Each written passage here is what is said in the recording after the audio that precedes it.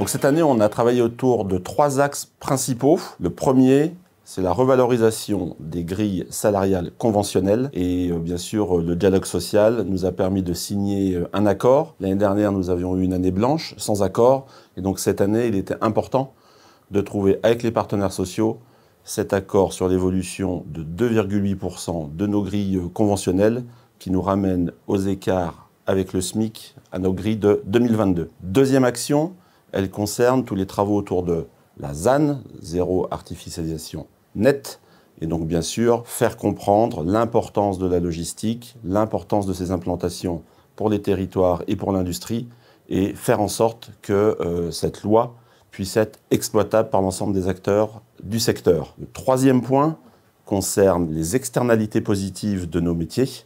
Et donc nous avons produit cette année un premier flyer qui met en avant quelques externalités positives de nos activités et nous renforcerons ces actions sur l'année à venir.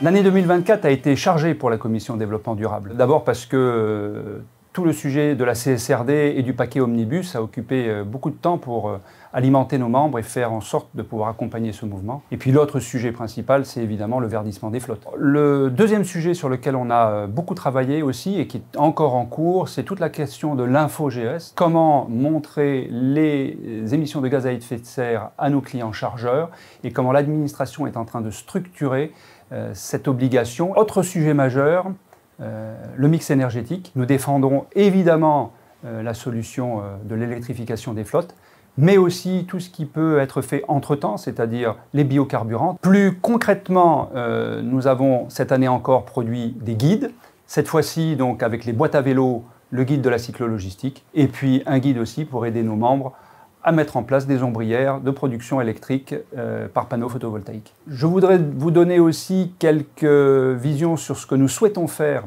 autour de cette commission développement durable pour l'année 2025 et 2026. Faire en sorte avec Elisabeth Moretti que la commission puisse être un lieu collectif et co-construire ensemble les trajectoires qui sont celles de l'Union TLF. Les actions principales de la commission sûreté cette année sont principalement liées à la prévention des actes malveillants qui touchent notre activité. En termes de partenariat, suite au JO 2024, au cours desquels TLF a établi des relations très proches avec la préfecture de police de Paris, nous avons décidé de lancer un processus pour signer une convention avec la préfecture de police de Paris. En parallèle, nous travaillons également depuis quelques mois sur la signature d'une convention avec la police nationale. Le but de ces conventions est de mieux répondre aux demandes des adhérents, de faciliter la communication avec les services de l'État et de police en particulier. En conclusion, on peut, comme je l'ai dit, souligner la qualité des échanges que nous avons au sein de cette commission. Je remercie tout particulièrement les services de l'État qui nous accompagnent lors des commissions, mais aussi au quotidien quand nous les sollicitons. Je remercie également l'ensemble des adhérents pour leur participation active et leur contribution dans notre commission Sûreté Route.